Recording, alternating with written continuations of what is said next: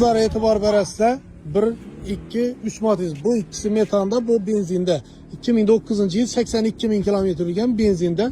Çastime de çöre klasikeli araba. 4 tane yumuşak balonları ornatılan. Bellerine pul sürtmüşler. Alassadan benzinli kuyasada hediye verəsdə. Biləsizlər, hazırki gündə benzin mamma 10 litre satsanız 150-160 kilometre mənimcə Matiz'la yürüp verədi.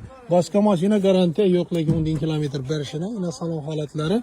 Baxasam, yaxşı baxada durdu. 25 milyon son üstündə bir son yarım son gelişip verilse boladı. Motorları yemiydi, bemalal görüp alabilirsiniz boladı. İkinci Matiz'imiz 5 teken 5 avtomobili. Hali büyün gepti bu. Bunu bakası yok eken bemalal bakasını koygandan geri reklam etip veren. Hey, bunu bakasını bilesizler mi? 315. 25 milyon. 25 milyon sonrayken yılın çamını? 2008 yine görünüşü. Kaysı? Satılan bu zaman çıkarma. 25 milyon eken kullas bu.